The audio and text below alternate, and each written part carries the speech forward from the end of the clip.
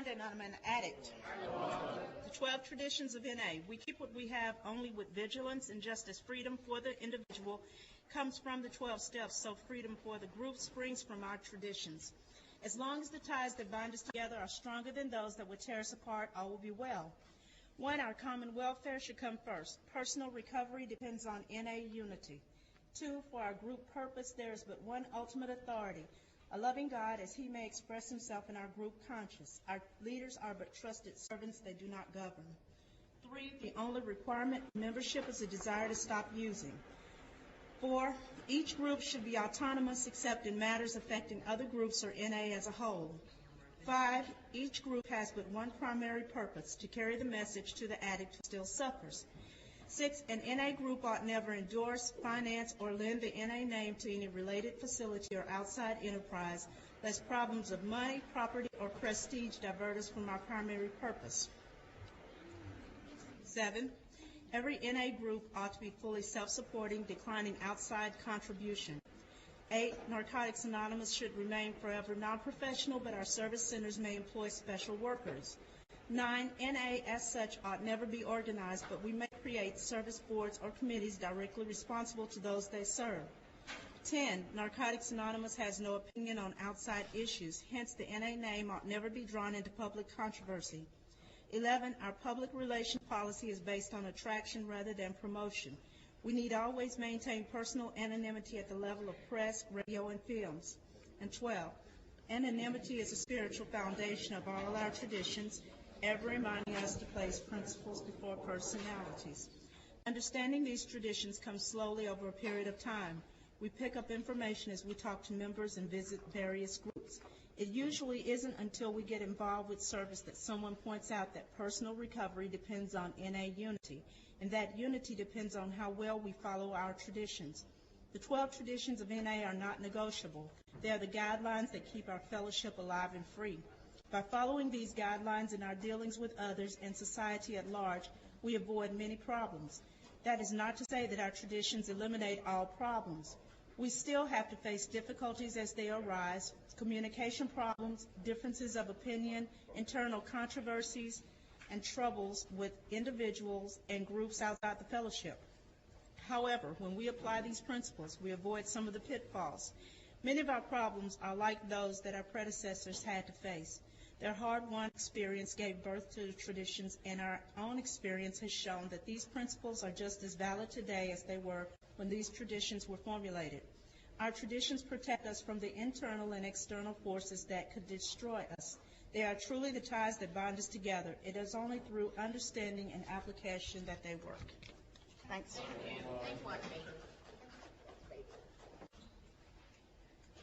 And Julie has agreed to read the third paragraph, we do recover in the nature of the addict, from the preface of the basic text. Right.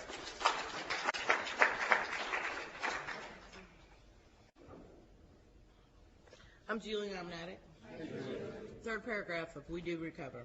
When at the end of the road we find that we can no longer function as a human being, either with or without drugs, we all face the same dilemma. What is there left to do? There seems to be this alternative: either go on as best we can to the bitter ends, jails, institutions, or death, or find a new way to live. In years gone by, very few addicts ever had this last choice. Those who are addicted today are more fortunate. For the first time in man's entire history, a simple way has been proving itself in the lives of many addicts.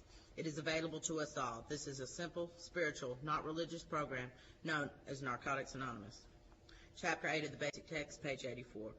From the preface of the basic text, we cannot change the nature of the addict or addiction.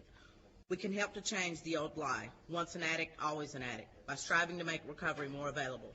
God help us to remember the difference. Page 14 of the basic text. Thank you. Thanks, Julie. In keeping with the nature of anonymity and in the spirit of carrying this message, we wish to make these recordings available through the public domain. Members may feel free to share and copy the recordings from this conference. The History Conference Subcommittee of the Greater Nashville area and the Middle Tennessee area have partnered with the Florida Regional Convention Sound to record the speaker portion of this conference. Speaker tapes will be available during the conference for $2 each. After the conference, these recordings will be available through the Florida Regional Service Office for $4 each. We only have 1,000 blank tapes, so place your orders early. The History Conference Subcommittee is also recording the speaker portion of the conference and the interviews as well. These recordings, about 35 hours of recorded history, will be available on an MP3 compressed CD set. The price of this CD set is $30 for both the speakers sharing in the conference room and the interviews of many of these speakers. We will be taking orders only during the conference. Please allow 4 to 6 weeks at least for your CD set to be mailed to you. And a couple of other announcements. Again, we do ask that you not take pictures during the session. At the end of the program tonight, we will allow, if any speakers want to have their pictures taken, then we're going to ask their permission. They can come up there. But during the rest of the evening, we ask that you not take any pictures during the meeting. And we also ask that if you, whatever coffee cups or whatever that we're using, to please just kind of pick up after yourself. We'd like to leave the room just as we found it. And with all of the housekeeping chores over, we will have Mike C. will now introduce Dorine.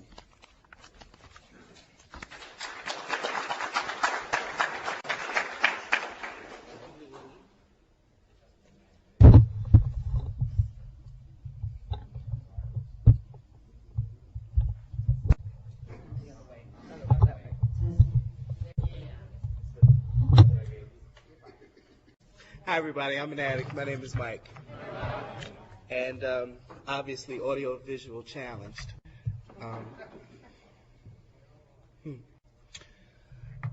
In our program, we say there are no big I's and no little U's, that we're all equal. I believe that, but I'm really grateful that when I was feeling small,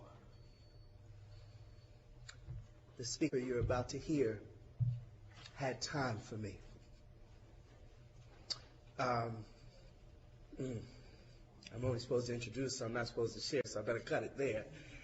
And although she needs no introduction, she deserves one, if only for what she's done for me. Without any further ado, I give you Dorine P.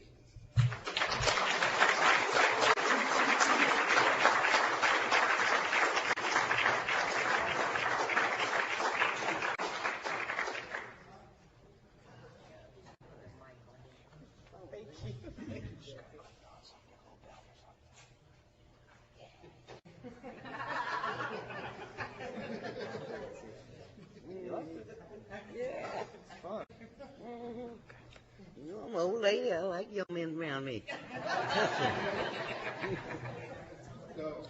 Well, good evening, everybody. My name is Dorine. I'm a very grateful recovering addict. And it's truly good to be here, this evening.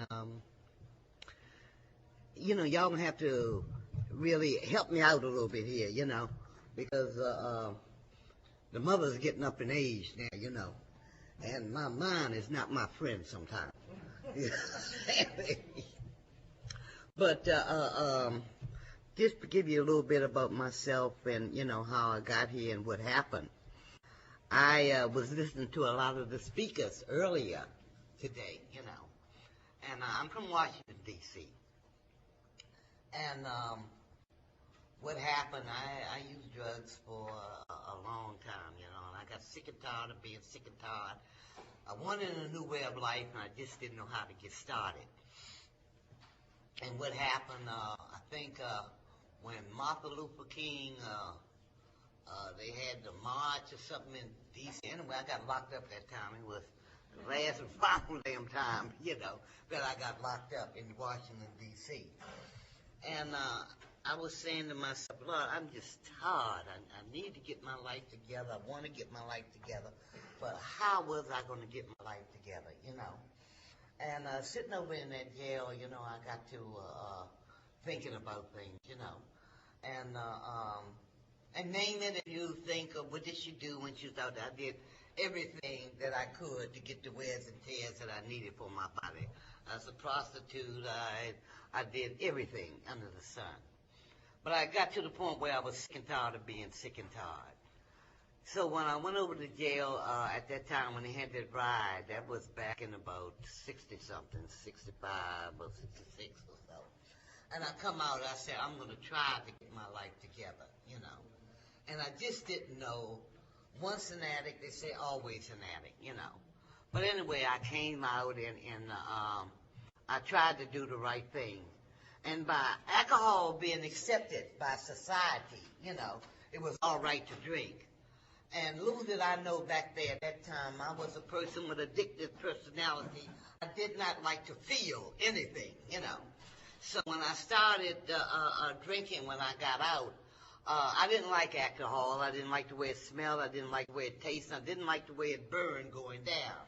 So therefore, when I got me a little drink, call myself a little drink, I got a big glass like this, and I must fill it halfway up with alcohol and maybe put a little bit of soda in between there.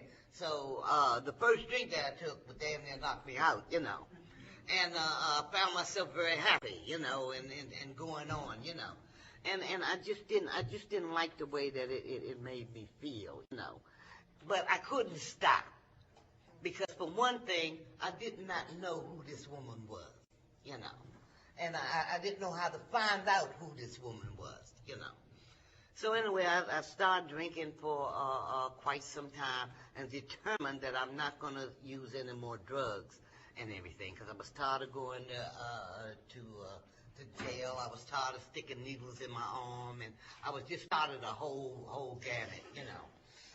And so I come out, and I began to start getting myself together, and I stopped using drugs and hard drugs, I say, back then. It must have been about 6 days, something like that.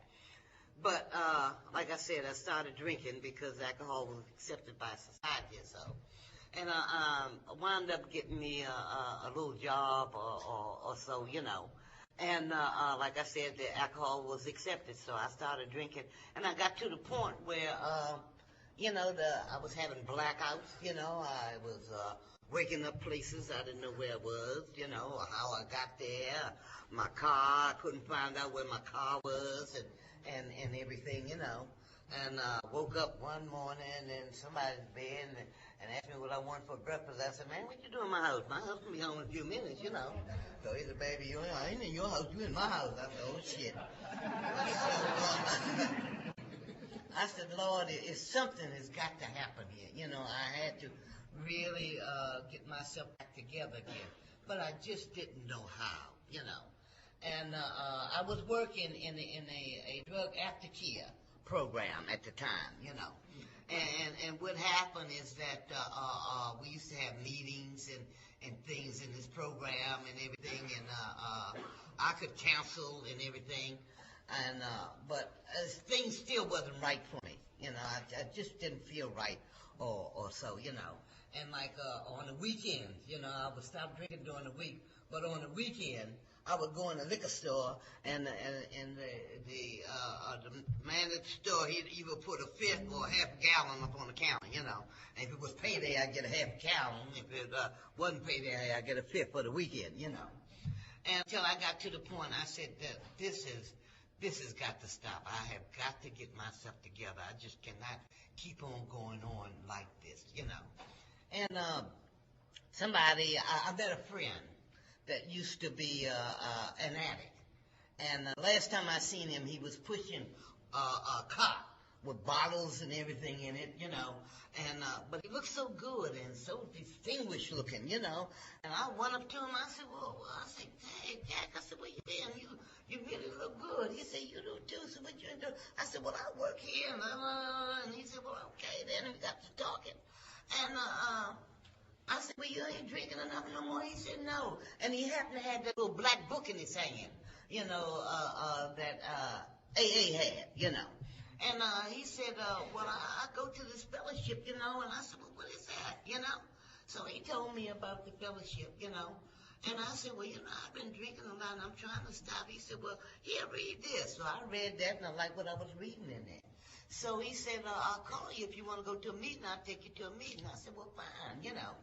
One way he called me, and I went to my first meeting in AA.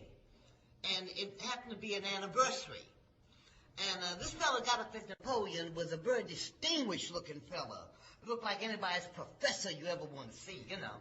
And I couldn't believe, I've always been around people, talking about people, and I'm going to help you talk about everybody in this room, but you're going to get out of my damn business, That's the type I was, So when this fellow was talking about himself like he was, I couldn't believe that this man was saying the things that he was saying about himself, about how he was such a terrible alcoholic and he was afraid to cross the street.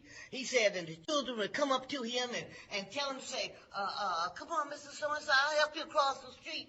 And he said they'd get him out of the street and they'd leave him. And the cars be coming, he'd be out there hollering, scared to death, And I mean, the things that he was saying about himself, I could not understand. I could not believe. I've never heard nobody talk about themselves like that. Now, I've heard you talk about everybody like that, but never about yourself like that, And I said, man, I know this man got to be lying talking about himself like that, So I went to another meeting with him, and sure enough, this was a meeting, discussion meeting, around table. So we sit down, I heard people sitting around, and they was talking about things that was happening and going on with them. I've never been around people like this. And I found myself slowly but surely going to the AA meetings, And I began to like those AA meetings. And I was in AA for about 2 years. You understand me? And somebody told me that they had a drug meeting in Washington, D.C., up at the VA hospital, And I said, well, let me go over here and see what that's all about, I'm doing pretty good now in my job and counseling and all this crap, and not drinking or not using any drugs and everything. I go up there to the VA, a great big room just like this, well lit just like this, And I go up there now, all of a sudden I hear somebody say, meeting time. So we all come in the big room there, and the lights was on. So when we got in the room, they cut all the damn lights out. And then they had a lamp sitting on the table. And when somebody got to speak, you had to go do one of these numbers to see who was talking, right? And I said, well, what the hell? You can't see what they say. Who's saying that? Well, so after the meeting, the lights come back on. Well, I was very uncomfortable in this drug meeting because I had come out of the dark into the light. Now y'all bring me back in the goddamn dark. You understand me? So they cut the lamp on, and I said, well, shit, And I say, well, I couldn't even see who was talking, what they were saying or what, But anyway, I looked up, and they had the AA preamble, 12 steps and the 12th edition hanging up. And they had NA's literature on the table, and they had the white book on the table. So I went over and I looked, and I got the white book, and I read the first part of it, and said, I like what I was reading. So the couple of pamphlets they had, I picked up the pamphlet and I took that. So when I got outside, I started reading the pamphlet, and I liked what I was reading in the little white book, So I got together. I said, well, now, I started some meetings down there where I work at, And I began to read the pamphlet. So I called the World Service down there. And when I called the World Service, I got Jimmy K. And I started telling Jimmy K, about the meetings here and everything. And so he said, well, Dorine, I tell you what we do. We're going to send you a starter's kit. I said, well, okay, what's a starter's kit, So he was telling me what a starter's kit was, well, we can start it like it's supposed to be. And I said, oh, okay. So he sent me a starter's kit, And, of course, I was working in the government, you understand me. So I could call Jimmy damn near every day, every other day, talk as long as I wanted. They wasn't handling the telephone bills and shit at that time. You called anywhere you were, around the country, And me and Jimmy, we used to lay back and have some long talks, So Jimmy sent me a starter's kit and everything in the readings and things, I said, well, okay, then we'll get a meeting started, So I got a meeting started down at the place where I work at, and us, like, as addicts, you know, we got to get to the meat of the things. You know, we want to really talk, you know. We want to hear all those readings and all that shit, you know. So when we got there, and we got the readings and everything, they say, you mean tell me we got to read all this shit before we start the meeting or something, you know? I said, well, yeah, it's a lot. It was a lot to me, you know, to read, you know. But, I mean, I don't know why, because I've been in AA, and they got just as much, you know, maybe not as much, but they had a long reading. So I said, well, I'll find out about that. So I called Jimmy back, and I told Jimmy, I said, don't you think we can condense this a little bit? He said, oh, no. He said, no, we cannot condense that at all. It has to be read in entirety. You know, the whole thing. I said, all four, what is 4 or 5 of them? And he said, yeah, it's got to be read in entirety. I said, well, okay. He said, that's the way it's got to be, and goddamn it, that's the way it's going to be. So I was in charge because it was my building and my place, you know.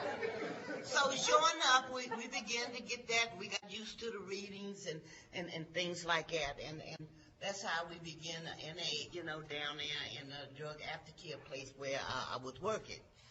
And then we heard about a drug meeting in, I think it was Maryland, you know, in Maryland.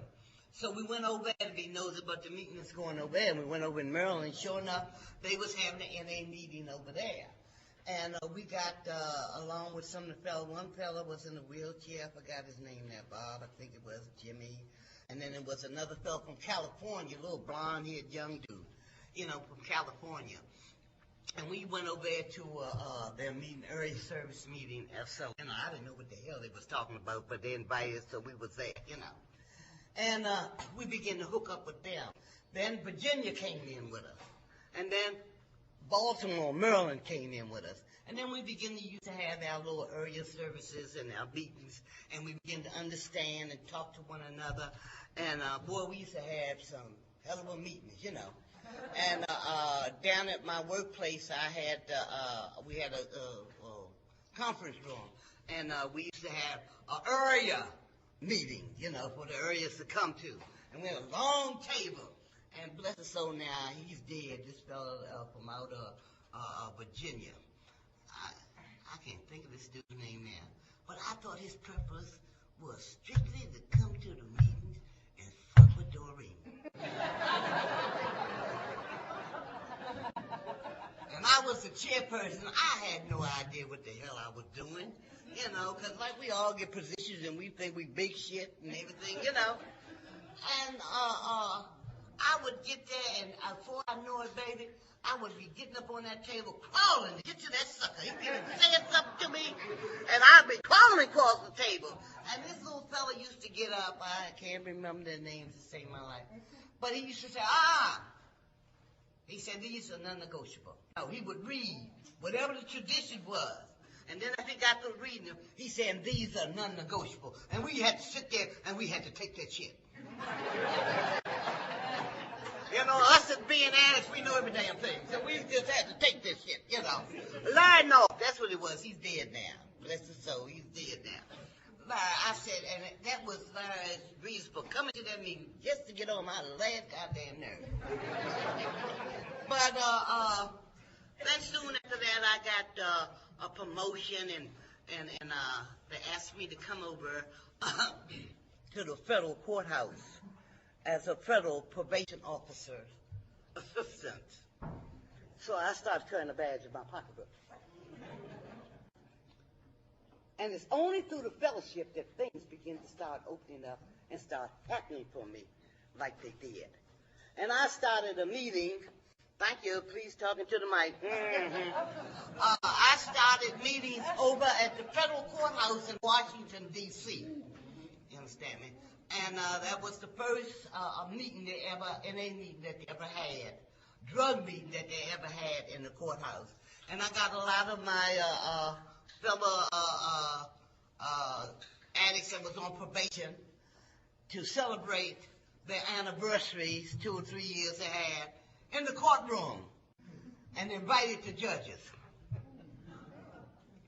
And they were so surprised and so shocked. Some of them had tears in their eyes because they couldn't believe that things was happening like they was. And some of the guys, what you call them, recidivism, means they never be whatever the hell it is, you know.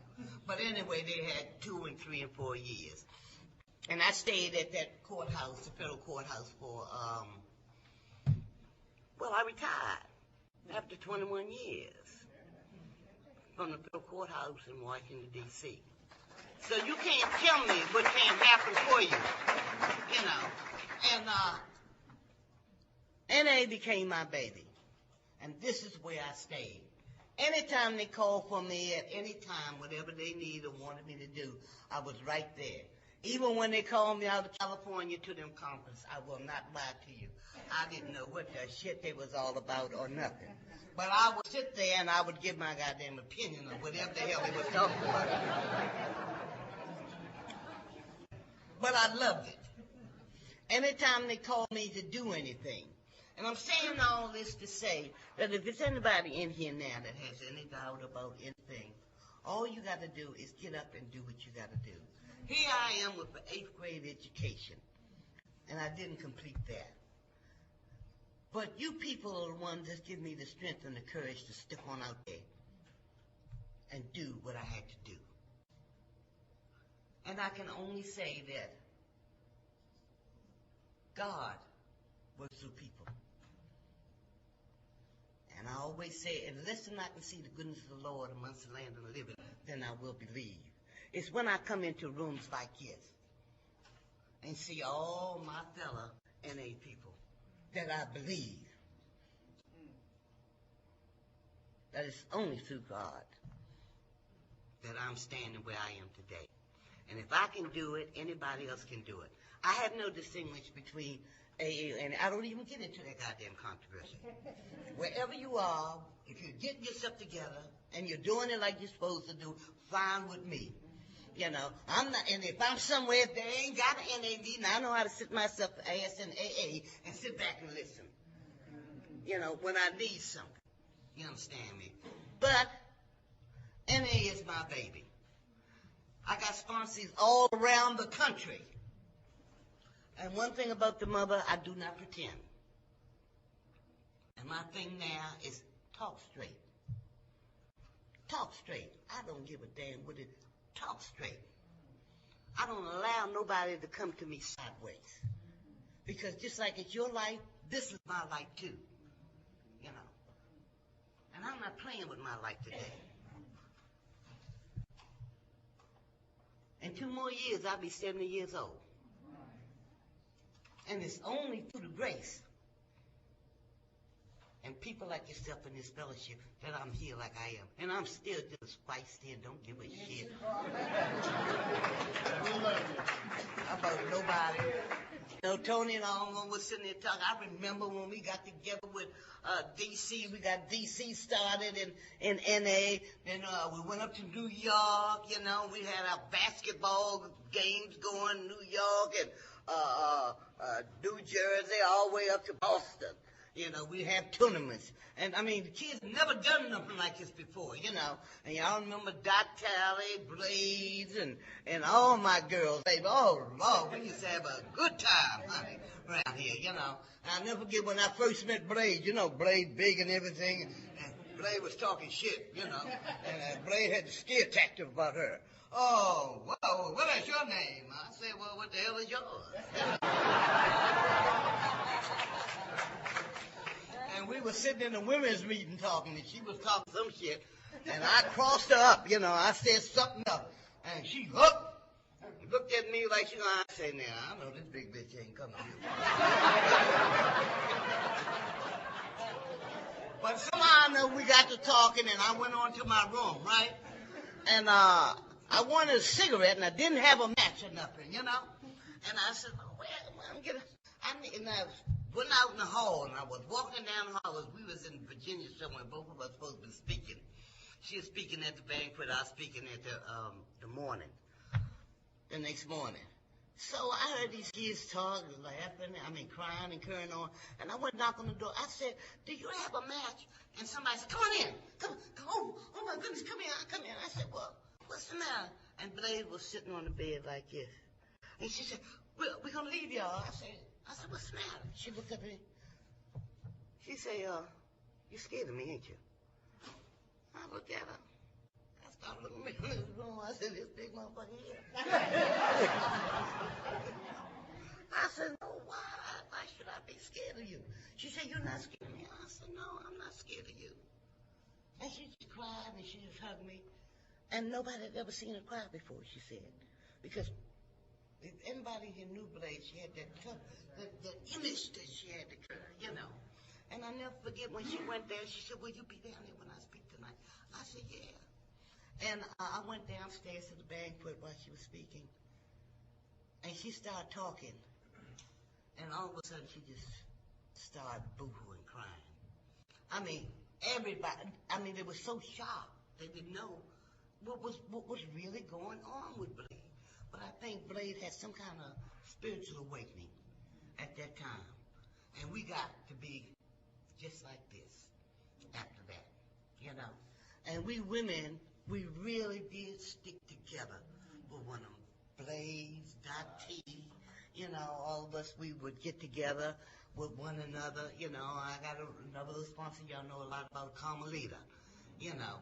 And we all stuck to one another. And I'm the type, I do not spare the rod. Because I don't want you to spare it to me. And I don't like nobody talking to me any kind of goddamn way. You understand me? So all you got to do is say something to me once or twice. And this motherfucker will not talk to me like that no more. Yeah, I still cuss like hell, I'm going to tell you. But that's what keeps me doing what I got to do. And how I got this is in here. You know, and the addicts that was going to AA in D.C., even though they accepted us in AA, but they would get in and they'd be talking so raw, you know, about how they would shoot up and how many times they kicked the thing, and people would be sitting there, and people would wonder what the hell is they talking about, you understand me? And it was getting to the point where they couldn't hardly stand it, you know. And I go to an AA meeting if I go somewhere and there ain't NA around, but I respect their traditions and their whatever they have in there, you know. And I don't know, I just thank God for this program. I'm jumping from here to there because, like I said, you know, my mind is not my friend sometimes. And but if it wasn't for this program, everything I got it through this program here and through you people here, you know. Until my life now, I don't worry about nothing. You know, I don't worry about a damn thing. You know, and my main thing now is talk straight. You come in here, you find out who you are, what you are, and what your purpose in life is. You know, study who you are. I'm still the same person that come in here with the deep feelings, very sensitive, and highly emotional. But see, I'm more aware of that today about myself than I was yesterday. So when things begin to play up in me now, I know what to do. If it's no more than taking a step or two back, that don't mean I got to go back nowhere, all the way back nowhere. But I can take a step two back to get myself together, you know. And I know that things are not always going to be like I want them to be. You understand me? But that's because y'all have taught me this. And a lot of things ain't changed within me. And I will not sit up here and tell you this. I done went through a whole lot of hell. You know, since I've been here, I've lost my mother, my father, my husband, my grandson. But the mother's still holding on. I'm doing things that I never thought I would do. But I'm still going on in spite of. And all you got to do is keep the faith and concentrate on what you got to do and begin to learn how to talk straight. You know, when somebody comes sliding beside me, I say, baby, come around here in front of me and talk to me. Don't slide up behind me, behind my goddamn back or my side. You know, I don't know what the hell you gonna do. You know, I had 2 operations on my eyes. I want to see. And the only way I can see straight is in front of me. And I used to love the talks that I had with Jimmy K. course, I was on that government phone, you know, so I could talk and ask all kinds of dumb questions. And Jimmy would be there. And before, I think it was a year or so before Jimmy died, Jimmy came to D.C. and spoke at our convention. And I don't know whether a lot of y'all knew, but years ago, we used to have to bid on having conventions. Who didn't even remember that? I know you do, Tony. All y'all old-timers in there. We would go someplace, and you had to be in a big old auditorium room by a certain time. And if you wasn't in there by a certain time, your ass got locked out. And the people who wanted the convention in their town had to be there and be in that room by that certain time. And then everybody had to get up and present, whoever was bidding, had to present why they wanted to have the World Convention in their hometown. And I think it was Maryland, Virginia, and what's that other place down there where you shake your ass and the bees and all that? New Orleans.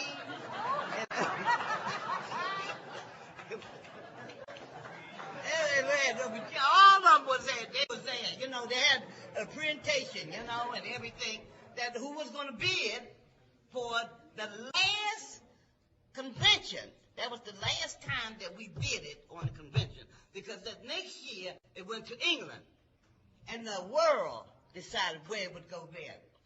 And baby, we got down there, we were running, and baby, they had bees. They were saying, you come to New Orleans, you can just do the Mardi Gras and all the shit there. And then the people from Virginia had to fuck on the beaches and the water and the sand dunes. And Maryland, I forgot what the hell Maryland had, you know. And the little girl that we had speaking for us, she said, oh my God, she said, I don't know what I'm going to say. I said, go on up there, baby, you're going to be all right. I said, don't. The sound of the horse. I said, it's going to be all right. So she got up and she said, well, it's nothing I can tell you, but we wanted the convention in D.C. because we got about 10,000 addicts who need help in D.C. They said, oh, my Lord, the whole place just went up. Ah! They had talking about the fun you could have everywhere else, but they didn't mention the main thing, the sick addicts that needed their help. And D.C. got it that time. And goddamn if we didn't buy it. D.C. But everything I have gotten, I don't care what you are about in here in this room. I don't care where you think you are or how you feel about yourself. It's growing time for you in here. It's growing time. Find out who you are. I don't wish I was nobody else. You know, like you said, oh, gee, I wish I could be like, oh, no, I don't want to be like no goddamn body in here. You know, I've learned how to be like Dorine. I've learned how to love Dorine. And y'all in here that know me, been knowing me for years. When I did have teeth, I used to take them out at the convention. And I would tell y'all, ain't nothing that falls here but these teeth, and I'd wave them up. I've lost 4 pair of damn teeth, and I swear I wasn't buying no goddamn more. And I haven't. So the mother is still coming. When they take pictures, I go.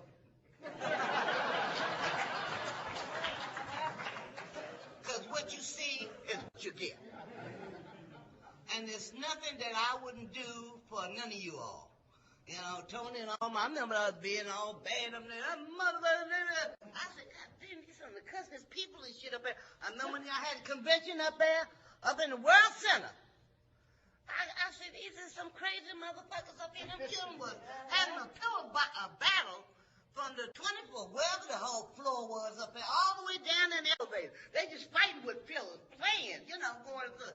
I said, they gonna tear this damn place up. But, baby, we have had some fun over years, you know. And one thing I can tell you now, there are no big eyes in here and no little me's. You know, we respect the new man and the old one coming through that door. You know, we're all here to learn. We're all here to grow. And you know what? When I really will be all right is when I'm 6 feet under. But as long as God has gets me up in the morning, kisses me on the tips of my lips, and said, Dorine, here's another day for you. Fresh, clean, and unused, all yours. What are you going to do with it? The mother's going to step right on out on that day. I don't know what's going to happen or what, but I can tell you some things have happened to me in my life since I've been in this fellowship that I can't explain them. And I will not try to stand here and explain to you. Here I am with an 8th grade education, and I wound up being a federal parole officer assistant and got respect from the chief judge in the courthouse. Talk much shit.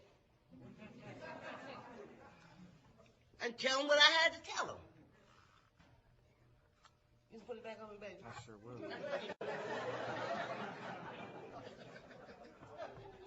Thank you, Don. But all I am saying, try to love yourself. You know, there's always something there to love. You know, there's always something there to learn. You know, you got some know-it-alls that you can't tell a goddamn thing to. You understand me? But when I get to knowing too goddamn much, I know it's ready for time for me to leave waiting here. You know, but as long as I'm on this God-given earth, there's work to be done. And if there's anybody that I can help, as long as it don't hinder me, I don't mind reaching out. But see, God did not leave away from this universe and say, Dorine, you in charge of nothing. Y'all ain't put that 5-minute sign up yet. You know, I'll keep going. I got 10 more minutes? All right, thank you. Well, I want to leave a few minutes open if anybody got any questions, because I just thank God for Jim Kay, and who helped us to get NA started in D.C. And Tony and all of them in New York that we all got together and come up there with, you know, that we stuck together, and we had some hell of a battles coming through at the time, you know. I don't know what kind of shit they got out there now, but I don't know what that, what is it? That good bucket or bucket something, what the hell they got going out there now, honey. I don't know what the hell's going out there now. But as long as a kid come to me, and if they need some help, I would try to help them. But like I said, God did not leave away from this universe and leave me in charge of nothing, you know. 2 more years, I'll be 70 years old, and I ain't running behind shit. I'll tell you that now. You know, but if I can help anybody, I will help them. I get phone calls every day from all over the country, and I don't mind doing my fair share. But when I get to the point where can't nobody talk to me or can't nobody tell me nothing, you know, hey, look, I mean, I'll go off in a minute. Who, me? Just don't step sideways, goddamn. I'm going to get right in your ass. You know, and tell you in a minute. And I don't nobody believe it. Ain't nobody been through as much as I have been through, you know, since I've been in this fellowship. And it's only through the grace that I'm standing up here now with a heart attack and everything I done had. But as long as I got breath in my body and I keep on going, we got the meetings down there in Americus, Georgia. If y'all come through there, just come on through there and then just ask for Dorine. I'm in the book and everything, and I'm laid back down in the country. I got a lovely place and doing my goddamn thing. You know, when I go to D.C., I don't know what the hell be going on up there. You know, these children got so goddamn crazy and everything. You know, I said, well, what the hell is going on? You know, but I'm at a point, like I say, when I say it, I mean just what I say. Talk straight. Learn how to talk straight. Learn who you are. No matter about who Dick, Tom, Dick, and Harry is, but find out who you are, where you are, and what is your purpose in life, you know. And once you start taking the focus off of you, you're bound to slip, you know. And once, if you don't like a lot of shit coming to you, then you learn how to talk straight. What are you saying? Well, what do you mean? Well, ask me for whatever it is you want to know. I do not mind telling you with your nosy ass self. It's not getting my goddamn business. You know? But if you want to know, I will tell your ass. You understand me? And you know the first thing they say to me? Oh, go ahead, you're crazy. Mm-hmm. People can't handle the truth. Learn how to study people. You know, when people come to you, you know when somebody coming to you sideways, or sneaking. But when they come straight, all right, then what is it? And if it's something I need, I'm always, as long as I'm on this God-given earth, it's always, I can learn. I still can learn. If it's no more, don't bring that shit to me, because I ain't about that goddamn shit no more. You know? So I know you will not come to me no more with that goddamn shit.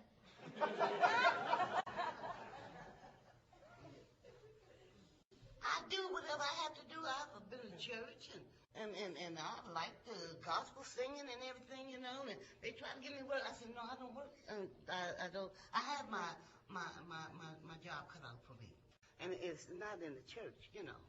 They kept worrying me to death, you know. And what happened, I got a letter from one of my gals doing want to do the fifth step in there. I said, now these people don't know where I'm coming from or what's that. I said, now I got to back them up off of me. Well, my girl had in there, but sucking dicks and fucking and, you know, doing the fifth step. I said, well, look, this is the type of work I do. I just tore the name off there and everything and let her read it. I ain't heard from that woman since.